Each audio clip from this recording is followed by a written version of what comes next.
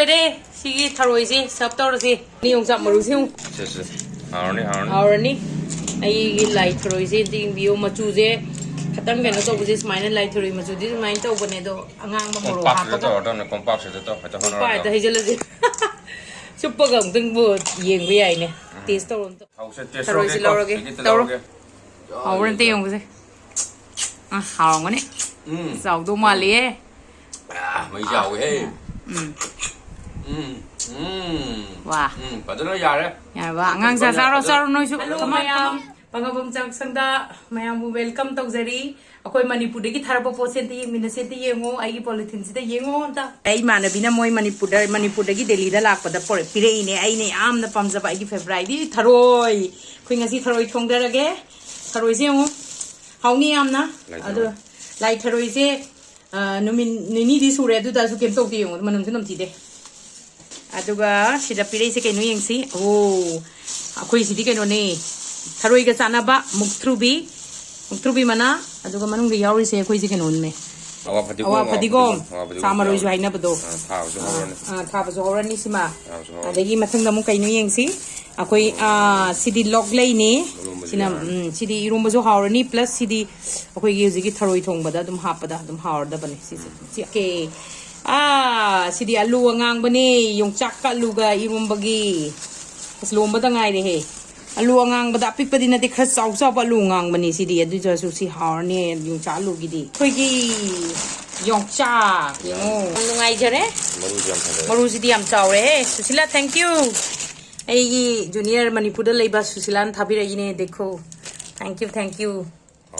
Haurani. Maru se Fazare tu. Simanu krak lauba ade sina bom lauba chokwa. Haurani. Ni tu. Ai fazana semdoge sise sema si fazana chamtoga. Boi thongna ba jamayan si semba hore alu ani fazana khoptok kre. Sigi chizi je dum sumaina semto si maku je fazana loktoga. Aduga sigi pat yam no we duna loi hap yani tu sumaina khetu edana aduga khetoga main tawdana akhoi gi keno myam je mayan je fazana semdok pira je ado akoina tharoi thongba ji da ne hauri di akhoi gi morok ngang mana fazana mela iron thoga sok to du ni am hauri se es wa ngang ba da tin ga yu le ai harau man gi da tharoi thong du re si aina tawri se muktrubi je hana ne loi kan thoga si hana yenga ge si muktrubi laure adegi samaroi se sumaina awa phadigom hai se sumaina laurage awa gi phadigom hai se aduga yongchak se ani thak se ama thak jira ba amane yani yongchak se ama khak tha se yongchak yam yaw su mung chang am simaga tha ge tharoi kak pa hok dore mayam tharoi kak thara dore hanta pangom ta sa pangom kita duniko mayam yes pare didi ang yenga se tuk tharoi se kamaina kak ke ba yeng pangom akoi channel sida kano ngasai kita tambah yaw de pangom kita duniko ai ge ai gitu nih kode jauh, mak semuanya kakter sih plaster apa? Ya. Yes. Jaga tahu nanti sih, si muka among tahu, wah, ada unik sih tuh, semuanya kasih sih, kong. Tharoi siapa sih ngokoi di upaya itu nih plaks na, matun gini ada tuh kepiu, si matun, tuh matun tuh na. Matun sih na. Aduh tadi kemarin kerja. Tanggung jawab lagi cerita asing. Tanggung jawab lagi tam nih. Gak tahu sih yang kali mana, tanggung jawab tahu tapi tanggung jawab macamnya pelasan siapa gitu. Si tangmari saya kau. Tangmari kau aduh. Asal apa nih? Aku juga lagi tam sih. Siapa? Yare. Ya tuh malah besar. Yare, jadi yare kan dia muka dia main pada ini. Muka pada itu. ID mathak matong gitu kapani yare perfect yang sih ada yang lupa tuh semuanya perfect orang ketahu kalau si hana ketahu ini ketahu itu tentuin si kesal kalau semuanya kau ID nang diam hai nabu ini sematuan nawan ka ida pare kira boy memang da Lai Tharoi yang tang di Antu. Semata tuh kak piro mayam suka. Ya. Mayam ai gise tharoi se chamba hora si thum se khara laure aina khara yam takwa. Aduga akhoi Manipur da so habni thum nyaroga thum de hapade. Aduga jana se chamba da ni. Lai Tharoi ji ma tak ya da. Masayam na le ma. Masayam na mere Lai Tharoi. Karena naik kue dan nak syutingnya tum jana tum happy se, amora kai chat namni.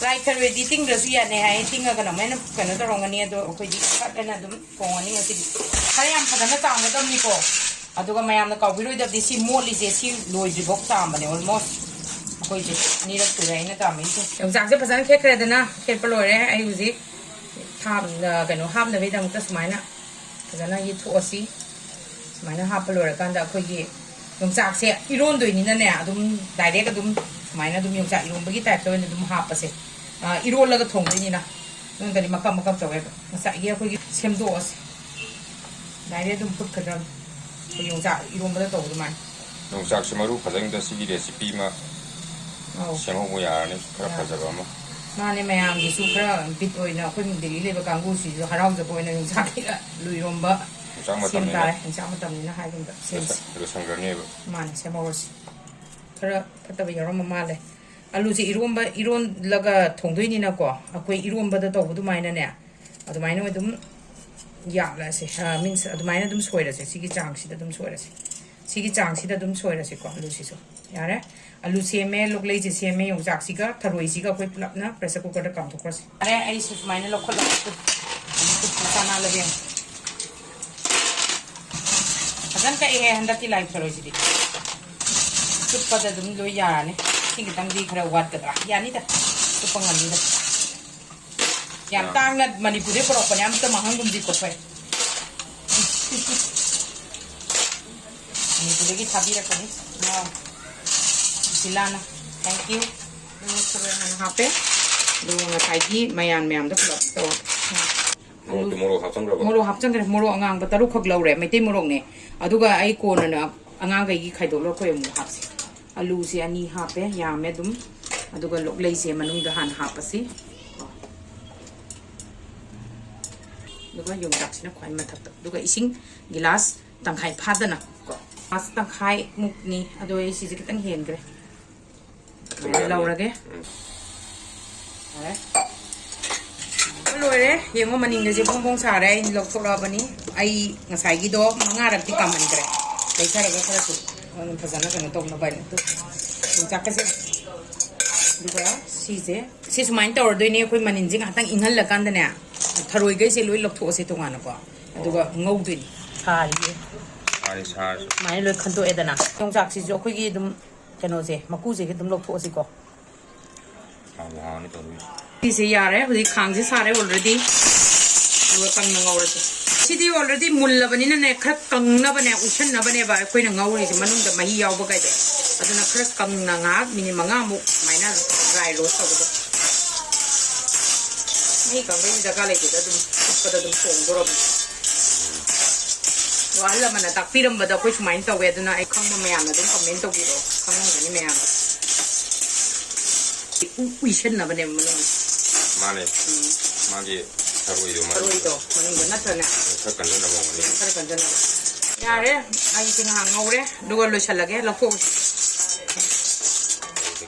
chanam khara ma lo re aduga te lo re aduga spring onion se khoi di marui atai le tab ni spring onion se lo re aduga ngau si marui je smai na badang ngau to ni ru marang je na machal je chama samagi chang ja hape aduga hing je aduga khara ga hapsala aduga marui sing je aduga targa phajana ngau ra si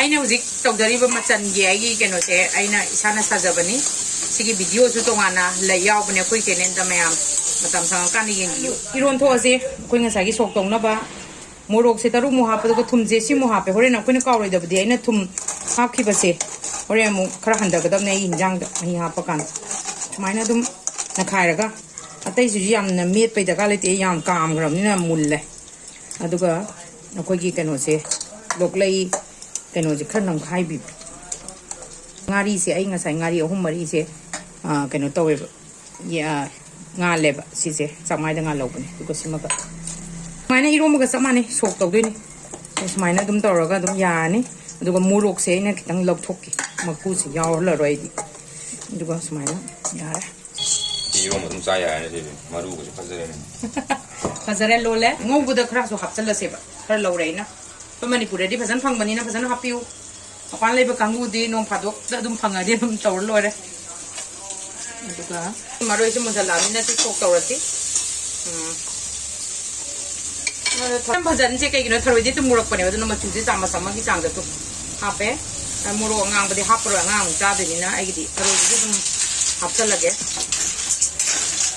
ꯃꯔꯣꯏ ꯉꯧꯔꯦ ꯑꯗꯨꯒ ꯑꯩꯅ ꯉꯁꯥꯏ ꯏꯔꯣꯜꯂꯤꯕꯁꯦ ꯑꯗꯨꯝ ꯐꯖꯅ ꯂꯣꯟꯈ꯭ꯔꯦ ꯁꯤ ꯑꯗꯨꯝ ꯍꯥꯞꯆꯜꯂꯁꯦ ꯃꯍꯤ ꯈꯤꯇꯪ ꯅꯧꯅꯤ ꯑꯩꯈꯣꯏꯁꯦ ꯃꯍꯤ ꯈꯔ ꯋꯥꯠꯂꯤ ꯃꯍꯤ ꯈꯔꯒ ꯍꯥꯞꯆꯟꯒꯦ ꯁꯤꯒꯤꯁꯤꯗ ꯑꯗꯨꯝ ꯀꯟꯇꯦꯅꯔꯁꯤꯗ ꯃꯍꯤ ꯂꯧꯔꯒ ꯑꯗꯨꯝ ꯍꯥꯞꯄꯒꯦ ꯃꯁꯛꯀ ꯐꯖꯔꯛꯑꯗꯝ ꯌꯦꯡꯉꯣ ꯃꯌꯥꯝ ꯁꯤꯗ ꯏꯁꯤꯡ ꯑꯗꯨꯝ ꯍꯥꯞꯆꯜꯂꯛꯑꯦ ꯁꯨꯃꯥꯏꯅ ꯑꯩꯒꯤꯁꯦ ꯉꯁꯥꯏ ꯒꯤꯂꯥꯁ ꯑꯃꯗꯣ ꯍꯥꯞꯈ꯭ꯔꯕꯅꯦ ꯑꯗꯨ ꯒꯤꯂꯥꯁ ꯑꯃꯒ ꯍꯥꯞꯈꯤꯒꯦ ꯑꯁꯤꯒꯤꯗꯤ ꯂꯥꯏ ꯊꯔꯣꯏꯁꯦ ꯃꯍꯤꯒꯗꯤ ꯍꯥꯎꯅꯕꯅꯦ ꯑꯗꯨꯅ ꯃꯍꯤꯗꯤ ꯆꯥꯕꯅꯦ ꯈꯤꯇꯪꯒ ꯍꯥꯞꯈꯤꯒꯦ ꯃꯍꯤꯁꯦ ꯋꯥꯠꯈꯤꯅꯤ ꯄꯣꯠꯁꯦ ꯀ꯭ꯋꯥꯟꯇꯤꯇꯤ ꯌꯥꯝꯃꯦ ꯌꯥꯝꯅ ꯍꯥꯞꯄꯣꯅ ꯌꯥꯔꯦ ꯅꯧꯔꯣ ꯁꯧꯍꯜꯂꯁꯤ ꯁꯤ ꯁꯧꯍꯜꯂꯁꯤ ꯌꯥꯔꯦ ꯍꯥꯎꯔꯅꯤ ꯂꯥꯏꯁꯤꯗꯤ ꯐꯖꯔꯦ ꯃꯆꯨ ꯃꯔꯦꯛꯀꯁꯨ ꯐꯖꯔꯦ ꯍꯥꯎꯔꯅꯤ ꯃꯅꯝꯁꯨ ꯐꯖꯅ ꯂꯥꯛꯑꯦ ꯊꯔꯣꯏ ꯃꯅꯝ ꯅꯝꯃꯦꯍꯦ ꯇꯨ ꯀꯣꯛꯈꯠꯂꯣ ꯌꯦꯡꯉꯁꯤ ꯃꯌꯥꯝꯗꯣ ꯌꯦꯡꯉꯁꯤ ꯃꯁꯛ ꯐꯖꯕ꯭ꯔꯥ ꯃꯌꯥꯝ ꯀꯃꯦꯟ ꯇꯧꯕꯤꯔꯛꯑꯣ ꯃꯩꯗꯤ ꯈꯔ ꯌꯥꯎꯔꯦ ꯃꯍꯤꯁꯤꯗꯤ ꯇꯣꯠꯇꯣꯏꯅꯦ ꯃꯤ ꯊꯔꯣꯏꯗꯗꯤ ꯃꯍꯤ ꯂꯥꯡꯅꯩꯅꯦ ꯃꯨꯛꯊ꯭ꯔꯨꯕꯤꯁꯦ ꯐꯖꯅ ꯃꯜꯂ ꯆꯥꯝꯊꯣꯛꯑꯕꯅꯦ ꯑꯩ ꯈꯤꯇꯪꯒ ꯁꯣꯏꯒꯦ ꯀꯥꯕꯣꯛ ꯁꯣꯏꯕꯅꯦ ꯁꯣꯏꯗ꯭ꯔꯁꯨ ꯌꯥꯕ꯭ꯔꯥ ꯀꯝ ꯇꯧꯕꯅꯦ ꯃꯌꯥꯝꯗꯤ ꯁꯥꯡ ꯊꯥꯛꯅꯕꯅꯦ ꯑꯗꯨꯁꯨ ꯑꯗꯨꯅꯤ ꯁꯨꯃꯥꯏꯅ ꯑꯗꯨꯒ ꯑꯩꯒꯤꯗꯤ ꯃꯁꯥꯂꯥ ꯈꯤꯇꯪꯈꯛ ꯂꯩꯌꯦ ꯁꯤꯁꯦ ꯈꯤꯇꯪ ꯊꯥꯛꯆꯟꯒꯦ ꯃꯣꯔꯣꯛꯇꯣ ꯈꯔ ꯍꯥꯞꯄꯤꯌꯨꯀꯣ ꯑꯩꯒꯤꯗꯤ ꯃꯣꯔꯣꯛ ꯁꯥꯗꯅ ꯑꯉꯥꯡ ꯌꯥꯎꯕꯅꯤꯅ ꯑꯗꯨꯝ ꯁꯨꯃꯥꯏꯅ ꯑꯗꯨꯝ ꯂꯣꯏꯁꯤꯜꯂꯅꯤ ꯕꯗ ꯑꯗꯨꯒ ꯑꯩꯒꯤ ꯆꯥꯕꯒꯤ ꯆꯥꯡ ꯃꯇꯨꯡ ꯏꯟꯅꯀꯣ ꯑꯩꯁꯦ ꯌꯥꯝ ꯍꯥꯞꯄꯔꯣꯏ ꯁꯤ ꯌꯥꯔꯅꯤ ꯌꯥꯈ꯭ꯔꯅꯤ ꯑꯗꯨꯝꯇꯗꯤ ꯉꯁꯥꯏ ꯍꯥꯞꯈ꯭ꯔꯕꯅꯤꯅ ꯁꯤ ꯈꯔ ꯑꯗꯨꯝ ꯍꯥꯞꯄꯦ ꯑꯗꯨꯒ ꯑꯗꯨꯒꯤ ꯃꯇꯨꯡ ꯏꯟꯅ ꯈꯔ ꯁꯧꯍꯜꯂꯁꯤ ꯊꯨꯝ ꯃꯣꯔꯣꯛ ꯆꯪꯅꯕ ꯌꯥꯁꯜꯂꯛꯑꯅꯤ ꯇꯤꯟ ꯌꯣꯠꯂꯦ ꯍꯥꯎꯅꯤ ꯌꯣꯡꯆꯥꯛ ꯃꯔꯨꯁꯦ ꯌꯦꯡꯉꯣ ꯃꯨꯛꯊ꯭ꯔꯨꯕꯤꯁꯤꯁꯨ ꯆꯥꯏꯁꯜꯂꯒꯦꯀꯣ ꯃꯌꯥꯝ ꯊꯨꯝꯁꯦ ꯁꯤꯒ ꯑꯗꯨꯒ ꯑꯋꯥ ꯐꯗꯤꯒꯣꯝ ꯀꯔꯤꯕ ꯑꯩꯈꯣꯏꯒꯤ ꯃꯨꯛꯊ꯭ꯔꯨꯕꯤꯁꯦ ꯂꯣꯏ ꯊꯥꯛꯆꯜꯂꯁꯤ ꯃꯌꯥꯝ ꯂꯣꯏꯁꯤꯜꯂꯁꯤ ꯌꯥꯔꯦ ꯃꯅꯝ ꯌꯥꯝ ꯅꯨꯡꯁꯤꯔꯦ ꯆꯥꯅꯕ ꯇꯤꯟ ꯌꯣꯜꯂꯦ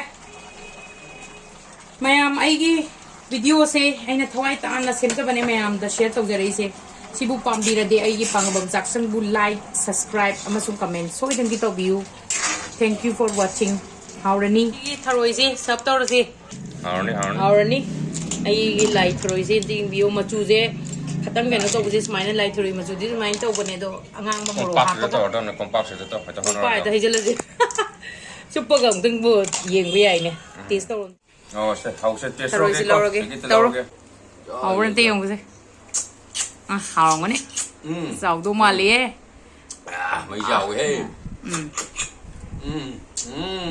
ꯋꯥ ꯐꯖꯅ ꯌꯥꯔꯦ ꯌꯥꯔꯕ ꯑꯉꯥꯡ ꯆꯥꯔꯣ ꯅꯣꯏꯁꯨ ꯀꯃꯥꯟ ꯍꯥꯎꯔꯅꯤ ꯋꯥ